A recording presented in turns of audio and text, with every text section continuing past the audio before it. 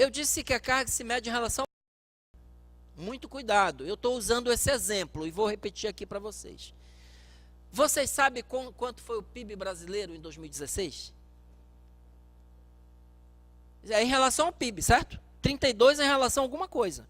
É em relação ao PIB. O PIB brasileiro, vou usar o dólar, porque você nos permite comparar com outros países, tá bom? Por isso que eu não vou adotar o real. O PIB brasileiro em 2016 foi 1,8 trilhão de reais. Perdão, de dólar. 1,8 trilhão de dólar. Ok? 1,8. Vocês saberiam me dizer quanto representa 32% sobre 1,8 trilhão? É essa a conta, não é? Tá certo?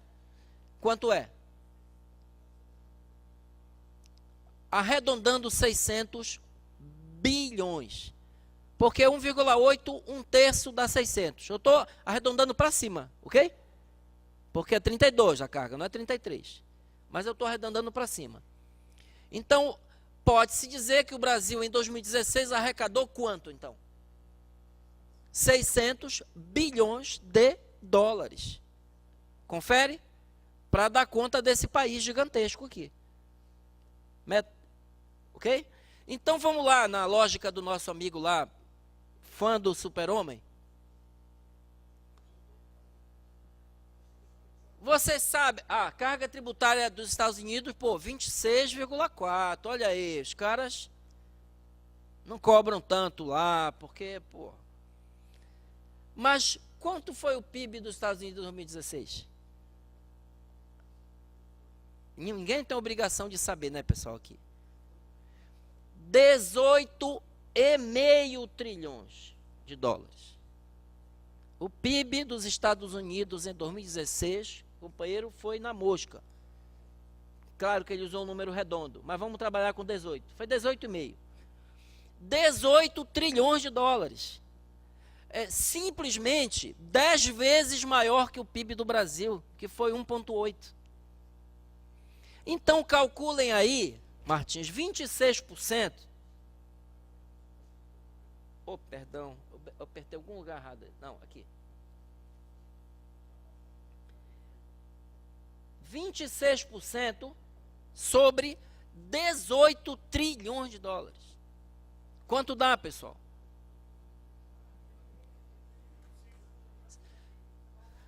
Quase 5. 5 trilhões de dólares. Vocês lembram a arrecadação do Brasil? Quanto? 600 bilhões de dólares. A dos Estados Unidos, 5 trilhões de dólares. Vocês vejam como você não pode fazer, nos Estados Unidos é 26, vamos baixar para 26. Isso é irresponsabilidade, além de má fé. Porque quem propõe isso sabe. Certo? 5 trilhões de arrecadação. Mas não basta, porque tem um outro elemento, uma outra variável que a gente precisa incluir aí. Sabe qual é? O tamanho da população. População brasileira. 210, vamos jogar para cima. A última contagem deu 207. 210 milhões. Então você pega a arrecadação brasileira, 600 bi, e divide por 210, para você achar a arrecadação per capita. Ok? Então vamos lá para os Estados Unidos, população dos Estados Unidos. 326 milhões, 330 milhões. População dos Estados Unidos, 330 milhões. Lembram da arrecadação? 5 trilhões. Dividido por 230. 330. Vocês vão chegar à conclusão de que a arrecadação per capita de cada cidadão americano, ela é muito maior que a do Brasil. Não precisa aumentar o percentual da carga com um PIB desse tamanho. Logo, o nosso desafio, Amaury, é crescer o país. Se a gente cometesse, aí sim, vamos imaginar uma situação esdrúxula, aí sim, insana. O Brasil, metade do povo não tem esgoto, 40% não tem água, iluminação pública, milhões de analfabetos, certo? Vamos cobrar 100% do PIB em tributo para reerguer o país, certo? Tudo que se produz, aquele 1,8 trilhão, vamos pegar tudo em tributo. Claro que isso não existe, mas usando um exemplo bem estapafúrdio. Ainda assim, pessoal, se nós arrecadássemos 1,8 trilhão, perto do que arrecada os Estados Unidos, 5 trilhões, vocês veem qual a distância? Portanto, o problema do Brasil não é, nem adianta aumentar a carga, porque nós temos que crescer o PIB. Não adianta, vai aumentar a carga para quanto? Não soluciona. Agora, é irresponsabilidade diminuir com o país, com a realidade social que a gente tem. É irresponsabilidade diminuir a carga. Nós não podemos diminuir a carga tributária brasileira, que aliás já foi até maior, inclusive. Já chegou a 36%. Nós temos que fazer o país crescer. Mas em relação à carga, nós temos que fazer uma coisa, viu, pessoal? Olha, nós não podemos diminuir, aliás, não adianta aumentar. Vejam os verbos diferentes. A gente não pode diminuir, mas não adianta aumentar. Certo? Mas a carga... então o que vai mudar na carga tributária brasileira? De quem a gente cobra. É a distribuição dessa carga, que está totalmente no nosso lombo, pessoal. E é no nosso, literalmente, é dos que estão aqui. Somos nós que pagamos. A classe média e os pobres brasileiros é que pagam tributo, é que suportam. E são esses que vão pagar nesse acordo de ontem à noite para os especuladores que não vivem nem no Brasil. 5 bilhões do orçamento vão tirar do dinheiro que a gente paga. Certo? Vou dar um último exemplo aqui nesse quadro, tá? Canadá. Por que Canadá? Porque o Canadá tem uma carga tributária, Maurício, praticamente a mesma carga tributária brasileira, ok? 31,9, certo? E um PIB próximo do nosso. Então vejam, Canadá, uma carga parecida e um PIB semelhante. O PIB do Canadá, o nosso PIB foi 1,8 trilhão. O do Canadá foi 1,5 trilhão. Então, ali um PIB, ok? Pô, tá vendo? O Canadá...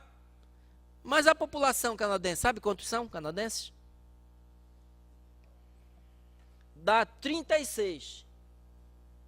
O último número de 2016. Então veja, o Canadá arrecadou praticamente o que a gente arrecadou, uma carga parecida, um PIB parecido, mas tem 36 milhões, é para cuidar da vida de 36 milhões de pessoas. E um país que já tem toda a sua infraestrutura instalada. Certo? A rigor mesmo, nós precisaríamos, pessoal, digo para vocês, não é o que nós vamos propor, evidentemente. Nós somos malucos, nós temos que analisar as condições do país, a correlação de forças no país, certo? Mas o para valer mesmo, lá no Pará tem uma turma que fala no interior, na Vera. Aqui fala-se na Vera? Na Vera. Na Vera, a gente precisaria de um tempo, viu, Martins, você vai para o parlamento, nós precisaríamos de pelo menos um período de uma carga maior para investir no país, levantar o país e depois diminuir a carga. Entendeu? Na Vera, seria isso que a gente precisaria no país. Certo?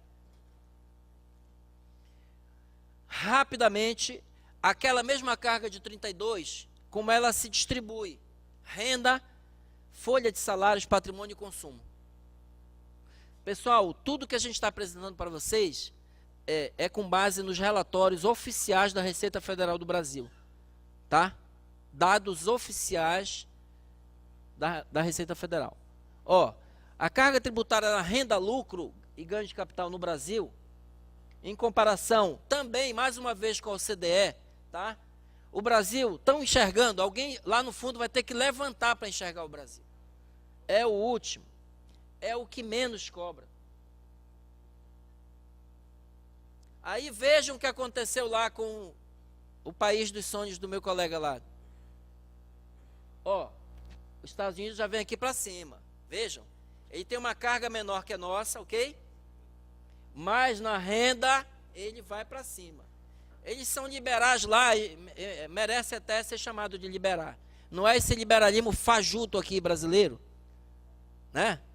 Liberalismo fajuto, que convive com uma taxa, uma tributação de herança de 8% no máximo. Isso é fajutice. Isso não é liberalismo coisa nenhuma. Meritocracia fajuta, né? Falsa. É uma fraude o discurso meritocrático no Brasil, uma fraude. Quem foi que deu o exemplo aqui de alguém que não trabalhava e que se orgulha foi o próprio Mauri? Você não deu o nome, né? Mas eu vou dar um nome de um. O filho do Eike Batista trabalhou quando na vida? O Thor. É o exemplo da meritocracia do Brasil.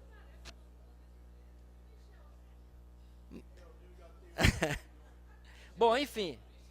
É isso aqui, tá, pessoal? Ó, a média da OCDE 11,6. Brasil 5,9. Mas a metade da média. Certo? Vou passar de novo. Folha. Na folha, o Brasil está mais ou menos na média, um pouco abaixo da média, tá? Pouco abaixo da média. Na folha, deixa eu dizer para vocês, o governo Dilma, naquelas últimas medidas ali, naquele momento crítico do governo e do país, certo? Era um momento crítico do governo, já sob forte ataque e chantagem da Câmara dos Deputados, certo? Medida até certo ponto desesperada de desoneração da folha, certo? Fez a Dilma, apresentou uma lista de setores. Quando chegou na Câmara, essa lista, a deputada Alice pode dizer com muito mais autoridade do que eu, essa lista cresceu bastante quando chegou na Câmara, certo? Mas a expectativa, vamos lá, qual era?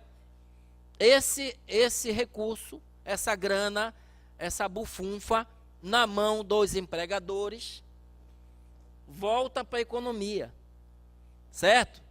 Seria uma medida aí anticíclica e tal, tenta dar um choque para evitar a escalada de desemprego, enfim, vamos lá, reaquece o mercado interno, aquela lógica, ok?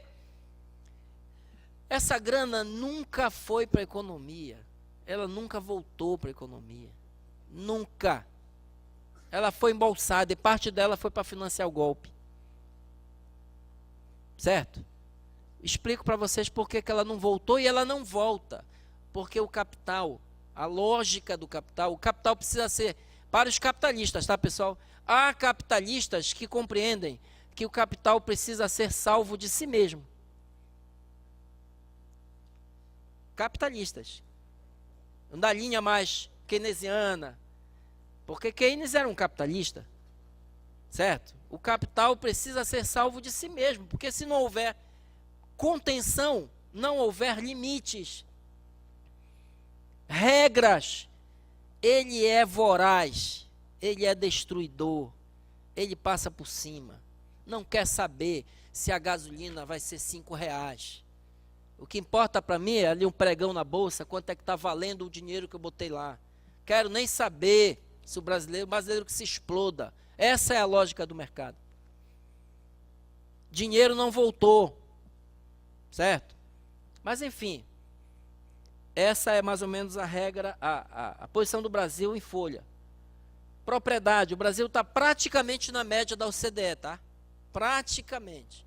E seria possível muitos ajustes aí para o Brasil aumentar bastante a arrecadação, o desempenho nesse segmento, propriedade, patrimônio. Veja, nós temos 5 mil, eu até peço ajuda aos universitários. A gente nunca sabe ao certo quantos municípios brasileiros existem, né? A gente, 5.567, aí 5.570, mas vamos trabalhar com um número redondo, 5.570, quantos municípios tem na Bahia? Pô, aí vocês sabem, 417. Eu não conheço a realidade da Bahia, conheço um pouquinho da realidade brasileira. Então eu vou chutar aqui. Dos 417 municípios da Bahia, eu arrisco dizer que no máximo 50 tem uma administração tributária estruturada. Não, eu joguei para cima para não correr risco, entendeu? Então vamos lá. Vamos lá. 400 municípios da Bahia não cobra IPTU, não cobra ISS, não cobra. Não cobra, não tem nem administração tributária. Certo? Então vejam, isso repercute. O município ele tem competência tributária. Aliás, o Brasil, é bem sui generis. O Brasil, o ente municipal, ele tem muita competência tributária. Competência. Ele tem a competência para cobrar IPTU, ele tem a competência para cobrar ISS, mas 99% não exerce a competência, certo? Por condições as mais diversas, entre elas, centralmente, ainda pela coisa do poder político, poder econômico, que se essas coisas são a mesma coisa, né? Ou uma leva a outra, no município isso é rigorosamente a mesma coisa. É o coronel local, é o chefe político, é o dono do dinheiro, que é o dono literalmente do governo, certo? Então, isso não é uma característica do Brasil. É por isso que a pauta da Abrasf, que é a pauta da associação, a Abrasf é a Associação Brasileira do Secretário de Finanças da Capitais, ela é às vezes frontalmente contra a pauta daquela outra confederação lá, dos pequenos municípios lá, CNM, Nacional dos Municípios. Porque os municípios brasileiros, em sua amplíssima maioria, não disputa competência tributária. Ele disputa a receita, transferência. Certo? Ele não disputa, não quero, não precisa aqui não, eu quero é dinheiro aqui na minha mão. Certo? Agora, olha onde o Brasil, aí sim o Brasil é we are the champion. O Brasil aí está bem posicionado. Carga tributária sobre bens e serviços. Na comparação com a OCDE, sempre, tá? Olha, a gente comparou com a OCDE, vou dizer para vocês, tá? Especialmente para os comunistas aqui. A gente comparou a OCDE para não assustar os capitalistas. É para mostrar para eles que no mundo de vocês, eu estou usando o exemplo dos países de vocês. É assim que funciona. Certo? Se eu colocasse aqui outros países, se eu colocasse aqui a Venezuela, ia ser um problema. A Cuba, né?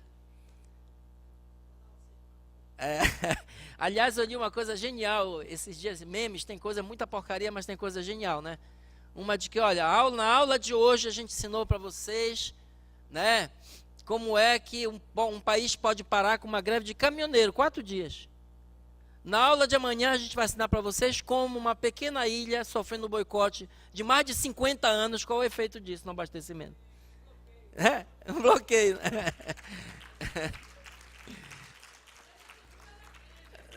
São 4 diazinhos, o país já parou. Pô, que isso, gente? Tá vendo o efeito? Então aqui, tá? Essa é a pizza da carga tributária brasileira, tá? É assim que ela se distribui. Vou segurar aí, Amaury. Tá. Aquele 32%, lembram? Tá aqui e para cá, para quem é mais olha mais para a direita, olha mais para a esquerda. Bora, pessoal aqui acho que olha mais para lá. 32, né? Ela se distribui assim, tá? 49 no consumo. Aliás, eu friso aqui. Esse número seria até mais correto, 50 ao invés de 49. Por quê? Porque a carga no consumo é 49,7. Certo? Então ela é mais 50 do que 49. Ok? Transações, olha aqui o paraíso do rentismo. O Brasil é o paraíso fiscal do rentismo. Paraíso fiscal. Não precisa, né, de Suíça, já tem o Brasil. Luxemburgo, Ilhas Virgens. Não precisa de Ilhas Virgens, está aqui. Transações, renda, folha e patrimônio. Tá? Essa é a pizza da carga tributária brasileira. E, portanto, assim, posso passar? Vamos lá. Conclusões sobre a carga tributária, tá? São essas as conclusões do nosso trabalho. Ok? Nosso trabalho apresenta o seguinte diagnóstico. O Brasil, em comparação com a CDE, não possui a maior carga tributária do mundo, mas não possui mesmo. Possui a menor carga tributária sobre a renda dos países da CDE, a menor. Possui uma carga tributária moderada no patrimônio e na folha, moderada. E a segunda maior carga tributária sobre o consumo de bens e serviços. Então, agora isso tem uma razão de ser, pessoal. Nenhuma sociedade está ainda em dada situação, Martins, em determinada situação, em determinado estágio, se não tiver forças que ganhem com essa situação. Olha, se a carga tributária brasileira fosse ruim para todos os brasileiros, fosse ruim para todo mundo, eu não tenho a menor dúvida de que ela não seria mais assim. Ela só é assim porque tem gente que ganha muito para que ela seja assim e permaneça assim, entenderam? Porque se fosse ruim para todo mundo, a gente ia mudar, ia se juntar, né, com os donos de banco. Vamos lá. Pô, tá ruim para todo mundo? Com o SCAF, da Fiesp, pô, tá ruim para todo mundo? Vamos mudar, pessoal. Mas não é assim. É porque ela é boa para um setor, entendeu? Ela é muito boa, ela está assim desse jeito. Então, o Brasil fez uma opção. A opção do Brasil foi, para não incomodar os de cima, para não cobrar a conta dos de cima, chicote ou relho, como disse a senadora Ana Amélia, dia desses, relho nos pobres. E o pior é que a nossa classe média, e eu pertenço a ela, portanto eu posso falar mal dela à vontade, a nossa classe média cumpre o papel, a Olívia falou da escravidão aqui, 130 anos só de, né?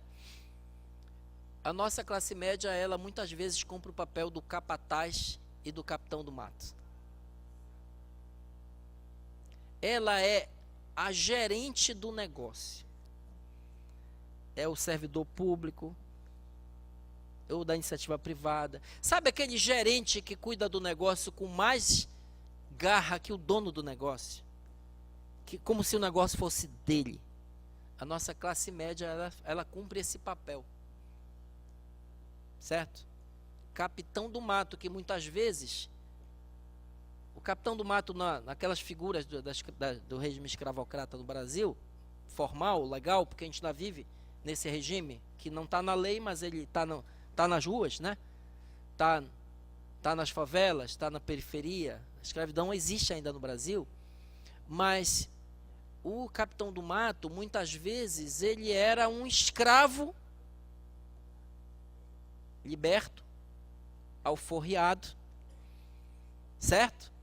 E que tinha era exímio para encontrar o escravo fugitivo. Daí o nome capitão do mato.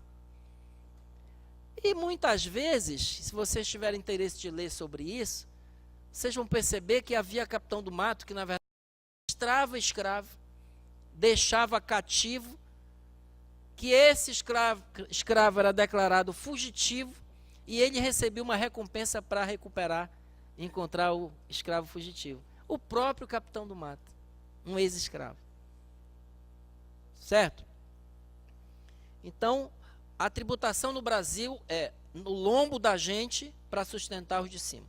Para sustentar as renúncias fiscais, que só no orçamento da União de 2018, pessoal, orçamento geral da União de 2018, 283,4 bilhões em renúncias fiscais. 283,4 bilhões em renúncias fiscais. Só do orçamento geral da União. Eu não estou contando as renúncias dos estados. Certo? Isso é mais do que somados o orçamento da saúde e da educação. O orçamento da educação, 107,5 bilhões. Deputados federais me corrijam se eu estiver falando alguma bobagem. E orçamento da saúde, 131,4 bilhões. Então, 131 mais 107 dá 238. E 9, porque tem uma fração, 239 bilhões. Renúncias fiscais, 283 bilhões. Renúncia fiscal, certo? Então é para sustentar essa gente. Porque a carga tributária... E eu vou passar essa tela e mais 3, que são 3 artigos aí que eu acho importante trazer para vocês, tá? Isso aqui é o seguinte, vai ser difícil enxergar de longe, tá? Mas isso aqui é com base, tá? Também dos relatórios chamado Grandes Números da Declaração de Imposto de Renda da Pessoa Física 2016, tá? Isso não foi liberado ainda de 2017, tá? Até porque ainda está muito cedo. Então, são os dados mais atuais da Receita Federal. Ela agrega as declarações. A Receita não pode, por conta do sigilo, informar os nomes, identificar os declarantes. Mas ela agrega, ela pega a declaração de imposto de renda e vai agregando os valores e cria categorias, tá? Então, gente, olha só, para vocês terem uma ideia. Aqui, essa linha aqui, vertical, são as alíquotas efetivas. O que é a alíquota efetiva, pessoal? É a alíquota depois dos abatimentos, as isenções, as deduções, certo? Eu não sei se todos notaram, mas a declaração de imposto de renda deste ano, ela informa a alíquota efetiva de cada um. Tá certo? Informa. Podem olhar quem não teve a curiosidade ou não notou. Então, há uma diferença entre a alíquota nominal, que no Brasil é 7,5%, 15%, 22,5%, 27,5%, e a alíquota efetiva. A minha alíquota efetiva foi 13,5%. Eu tenho 5 filhos. Tá? Então, a minha alíquota efetiva foi 13,5%. Mas existe uma média, ok? Em função da faixa de renda. Então, ó, a alíquota efetiva e essa linha aqui, que vai embora, são as faixas de rendimento mensal. Então, ela começa desde quem recebeu por mês até meio salário mínimo. Aí ela vai embora, de meio a 1, de 1 a 2, de 2 a 3, de 3 a 5, até aqui, ó. Mais de 320 salários mínimos, o filho do EI que está aqui. Mais de 320 salários mínimos por mês. Eu estou falando por mês, tá? Ok? Por que eu estou mostrando? Essa linha amarela aqui são os declarantes que não receberam lucros e dividendos. Não são sócios nem donos de empresas. Certo? Não receberam. Basicamente, são os declarantes que têm a renda de salário. Tá certo? Essa linha azul aqui é o conjunto de declarantes, é o bolo todo, é todo mundo junto. E essa linha vermelha são os que receberam lucros e dividendos no Brasil. Ok? Então, o que quer dizer? Esse gráfico é de elaboração nossa própria. Esse gráfico não está no relatório da Receita, mas ele foi montado a partir do relatório da Receita, ok? Dados oficiais. Por que que esse quadro é muito importante para vocês visualizarem? Porque é o seguinte, ele mostra o retrato do imposto de renda da pessoa física no Brasil. O quão, perdão a expressão, o quão sacana ele é. Entendeu? Será que sacana aqui tem o mesmo sentido? Tem. Olha aqui. Vou usar a faixa de renda que quase a totalidade de nós está. Ok? Bem aqui. Nós estamos, pessoal, aqui, exceto os nossos companheiros do som, né, que estão em outra faixa, muito provavelmente, né? Tá? Mas a ampla maioria aqui está bem aqui, ó. Mas ele vai se revoltar também. Entre 20, de 20 a 30 e de 30 a 40 salários mínimos. Estou certo? Estou certo? Quem recebe aqui, quem está nessa faixa de renda mensal e não recebe lucros e dividendos, portanto é a linha amarela, tem uma alíquota efetiva nessa faixa bem aqui, ó. Ponto mais alto, 14. É claro que isso é uma média. Por exemplo, eu não disse para vocês que a minha alíquota efetiva foi 13,5%? É que eu fui mais produtivo, reprodutivo que vocês. Mas está 13,5% a minha alíquota efetiva, ok? Tá bom? Essa azul são todos. E a vermelha, olha só, eu vou pegar um declarante que recebeu lucros e dividendos, o mesmo valor que a gente recebeu. Ok? Ele está na mesma faixa de renda. É claro que tudo que ele recebeu não foi lucro e dividendo, mas predominantemente foi lucro e dividendos. 20 a 30 e 30 a 40, a alíquota efetiva daí está aqui, ó. Até 6%. Então vejam, um cidadão que recebeu 30 mil, Marco Aurélio recebeu 30 mil de salário da fazenda, pagou uma alíquota efetiva de 14%. 14,12%, olha. É legal a gente ver esses exemplos, porque a gente percebe o quão verdadeiro é o gráfico, né? Olha, pagou 14,2%. Mas o Pascoal, músico, tem uma empresa de shows, faturando alto, recebeu 30 mil, só que 25 mil foi de lucros e dividendos que ele recebeu. Aí quando ele vai declarar o imposto de renda dele, ele vai lá, renda dele, 30 mil, está na mesma faixa do Marco Aurélio, ok? 5 mil de algum trabalho, salário que ele recebeu, ou aluguel que ele tá, e 25 mil, sabe onde ele vai informar? Rendimentos isentos e não tributáveis. É isso. Aí ele vai pagar uma alíquota efetiva, 4,5%. Os dois ganharam a mesma coisa? Ganharam. Mas um pagou 14%, o outro pagou 4%.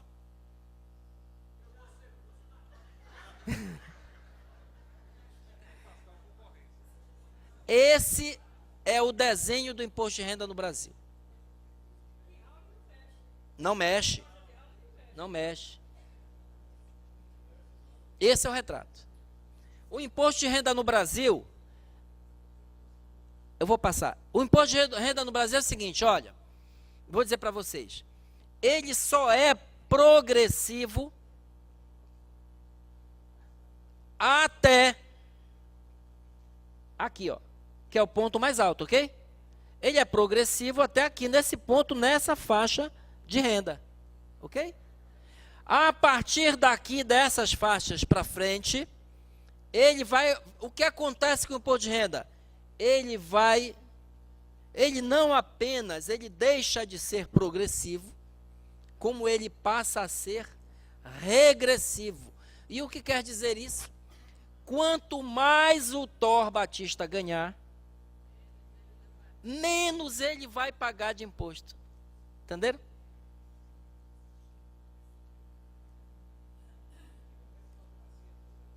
Meritocracia. Então veja, a partir da faixa de 40 salários mínimos por mês, o imposto ele é regressivo.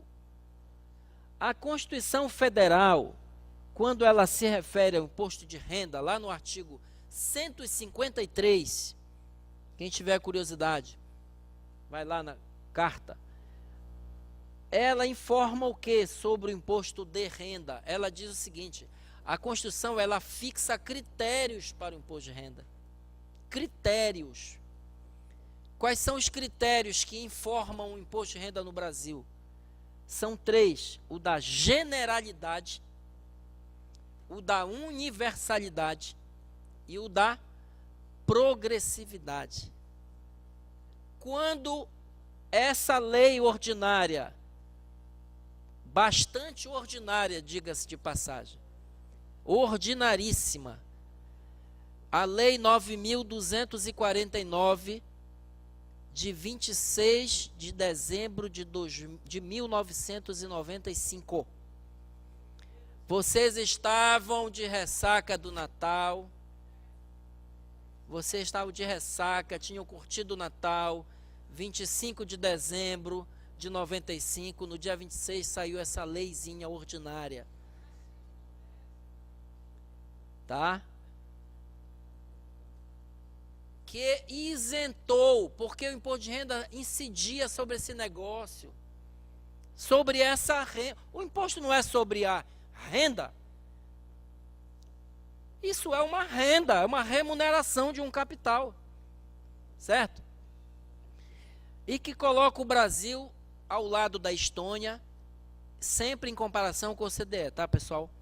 Somente Brasil e Estônia não tributam lucros e dividendos.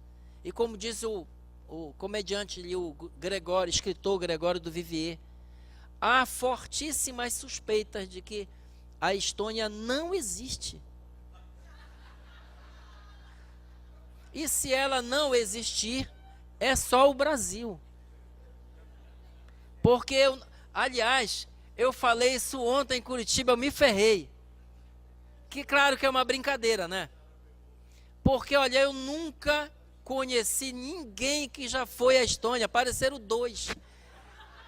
Cara, sério, 2. Aí eu até disse, tinha que ser em Curitiba.